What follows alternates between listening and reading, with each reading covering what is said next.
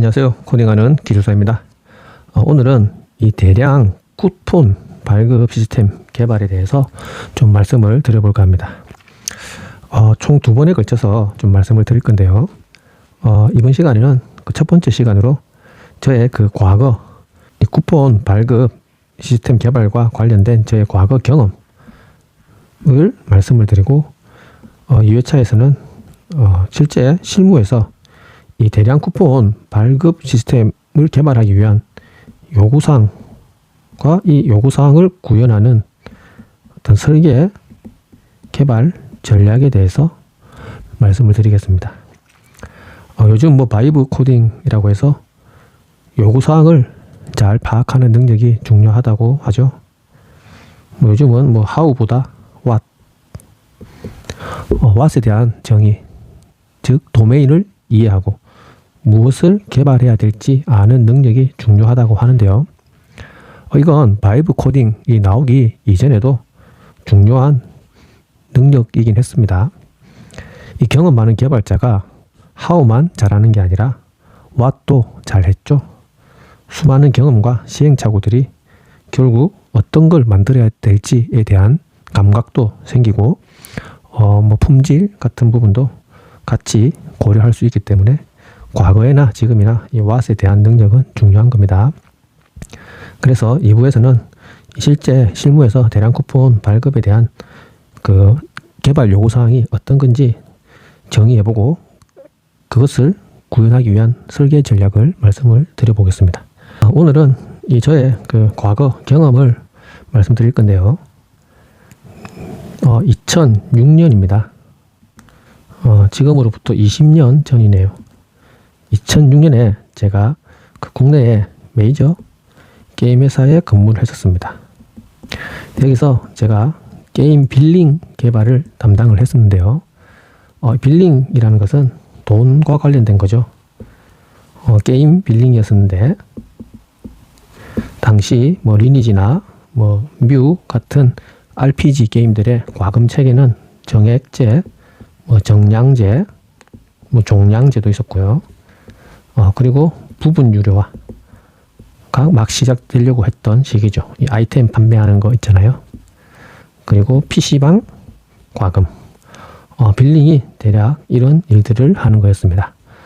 이때 빌링과 관련된 쿠폰 시스템도 제가 담당했었는데요.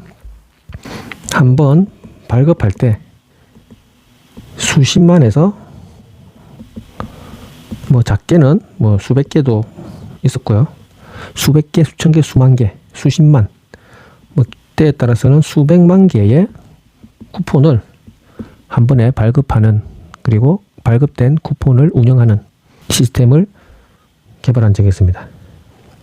근데 당시에 이 쿠폰 발급 시스템을 하고 있는 레거시 시스템이 있었어요. 그 레거시 시스템이 어떤 구조였냐면 이 사용자, 즉 마케터가 관리자 툴을 통해서 쿠폰 발급을 요청하면 이 관리자 툴의 백엔드가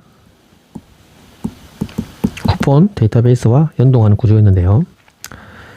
이 관리 툴에서 쿠폰 생성 10만 개 이렇게 요청하면 웹서버는 처음 번호 생성하고 DB에 인설트를 요청합니다. 이때 DB에서 기존 쿠폰 번호들하고 중복이 되면 실패를 반환해서 다시 쿠폰 번호 생성하고 다시 입력 요청, 그리고 유효성이 확보되면 인설트 시키고, 이걸 쿠폰 번호 수만큼, 만약에 10만 개면 10만 번 했던 거죠.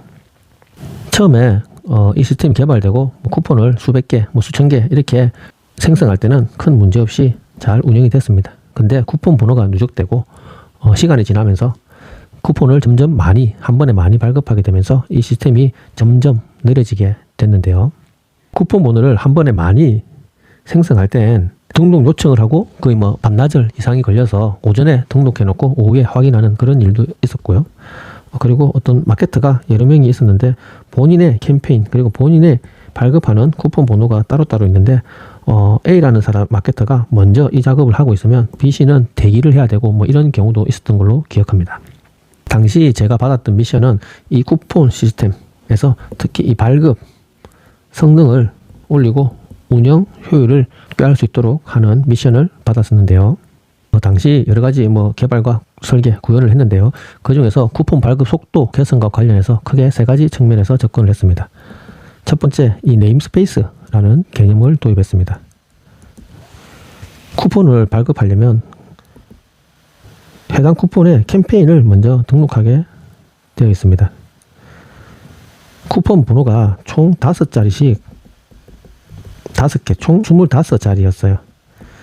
여기에서 앞자리 한 자리씩을 뽑아서 총 이 5자리를 캠페인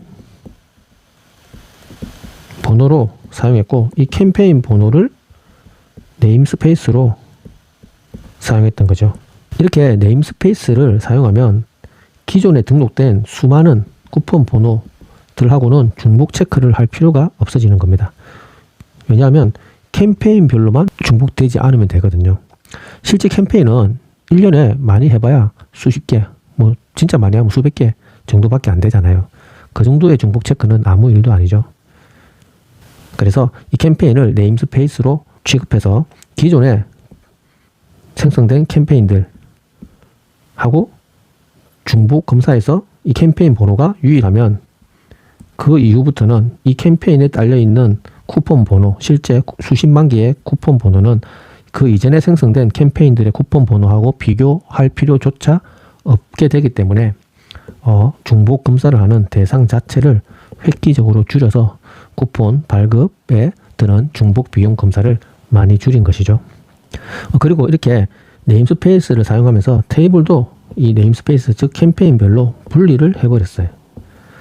1번 캠페인은 1번 테이블, 2번 캠페인은 2번 테이블, 이렇게 캠페인별로 테이블을 분리, 즉 파티셔닝을 한 효과와 같은 거죠. 실제 쿠폰 번호는 이렇게 독립된 캠페인별로 독립된 곳에 저장되고, 나중에 사용자가 이 캠페인에 해당되는 쿠폰을 등록할 때도 그 쿠폰의 유효성 검사 등을 수행할 때도 하나의 테이블에서만 하면 되기 때문에 훨씬 인덱스 효율이나 어떤 성능 효율이 좋아지는 거죠.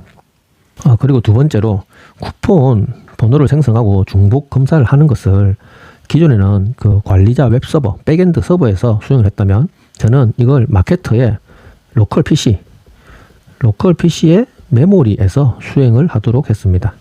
즉 기존에는 마케터의 PC에서 웹서버로 요청을 하면 웹서버가 DB와 연동해서 한 건 한 건 아까 말씀드린 대로 랜덤 번호 생성해서 기존의 쿠폰 테이블에 중복 여부 체크하고 인설트하고 이런 걸 했는데, 저는 여기에서 이 작업을 마케터의 PC 메모리로 옮긴 거죠.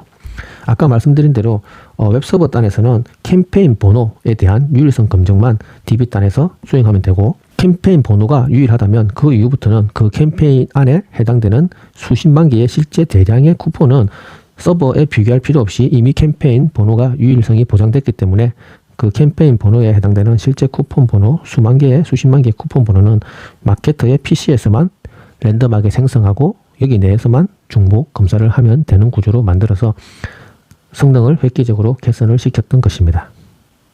그리고 이렇게 함으로써 마케터가 한 명, 두 명, 여러 명이 동시에 자기의 캠페인 그리고 쿠폰 번호를 생성할 때도 각자 로컬 PC에서 자신만의 캠페인에 해당되는 쿠폰을 등록, 생성하고 중복 여부를 로컬 메모리에서 진행하면 되기 때문에 속도도 빠르고 또 작업도 병렬적으로 할 수 있었던 거죠.